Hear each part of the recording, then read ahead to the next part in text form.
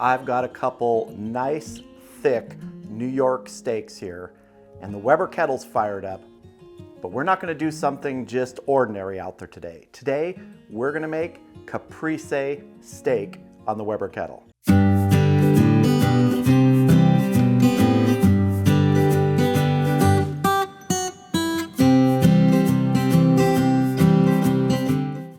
So when you hear Caprese, you probably think of basil, mozzarella, tomatoes, maybe a balsamic dressing on there.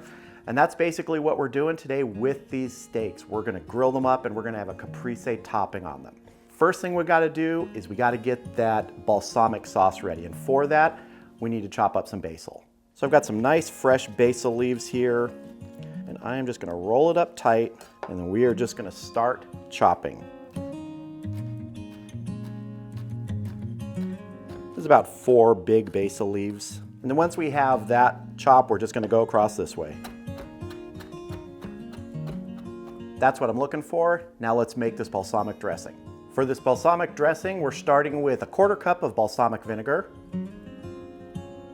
We're gonna add our chopped basil to this. Now this is probably 2 tablespoons of chopped basil.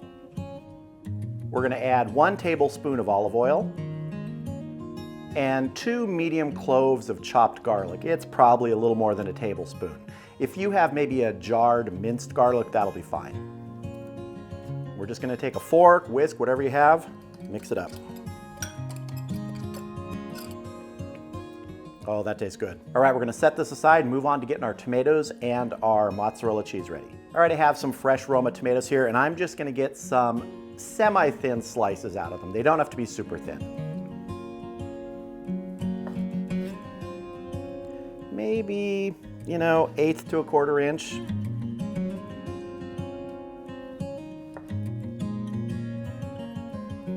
Because we probably need about 3 for each steak. That's looking good.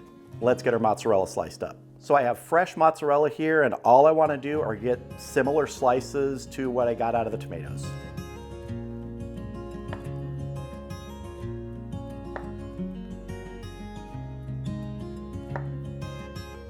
That's looking good. Let's get everything and head out to the Weber kettle. So I have the Weber kettle going with a pile of charcoal on one side. No vortex, no nothing today. I'm just using the Mallory cast iron grate and my Lodge cast iron pan to get a good sear on these steaks initially. The pan's been preheating while the kettle's been coming up to temp. Let's get it really hot now. Put it right over the coals. Get a little oil in our pan, not much. All right, let's get our steaks on, get a good sear.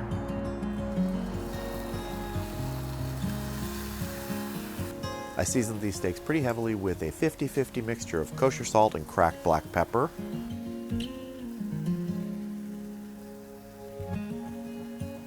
Gonna let these go for about 2 minutes on each side. They're really thick steaks, about 2 inches each. We're gonna finish them indirect. Just wanna get some of the oil from this side over here back on these steaks.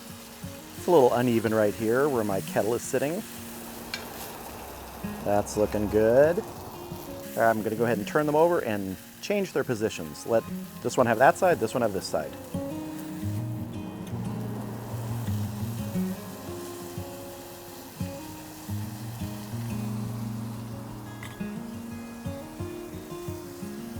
All right, we've been going for about 2.5 minutes on this side. Oh yeah, nice crust. Looking good. All right, I'm gonna go ahead and transfer these indirect onto the grate.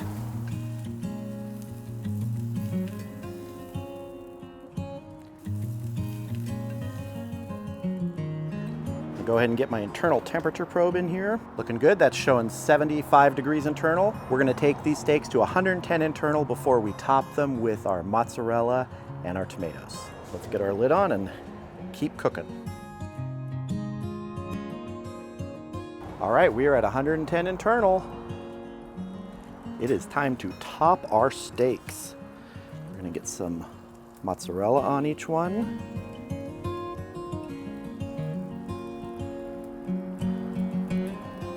The ultimate temperature I'm taking these to is about 125 internal.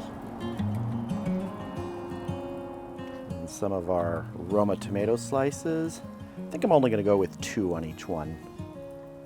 Don't want to overload them.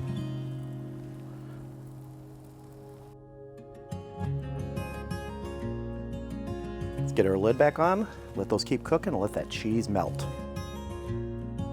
All right, we're at 125 internal. Let's check our Caprese steaks.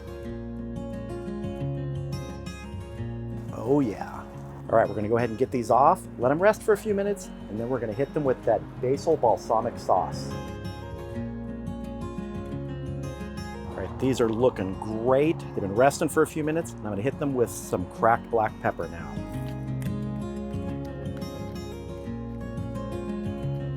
Now for our basil balsamic sauce.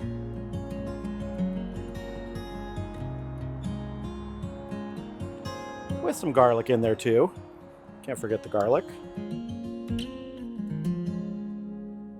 there we go, Caprese steak. I think it's time we cut into these. All right, let's see. I think what we'll do is we'll just slide this guy back here. We're gonna cut straight down the middle.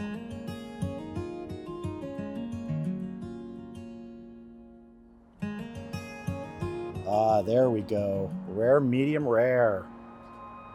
No point talking anymore. It's time to taste. All right, I cut myself some slices. I've got some cheese, some beef, some tomato on here. Let's just dig in. See. That's really good. I love Caprese salad to begin with, and taking those components and putting them on a steak, a nice New York steak that's been dry brined overnight, so it had plenty of time to absorb that salt. The pepper on the surface is great. So you have a very flavorful cut of beef right there. Give it that good sear, let it finish in direct, and top it with this, out of this world.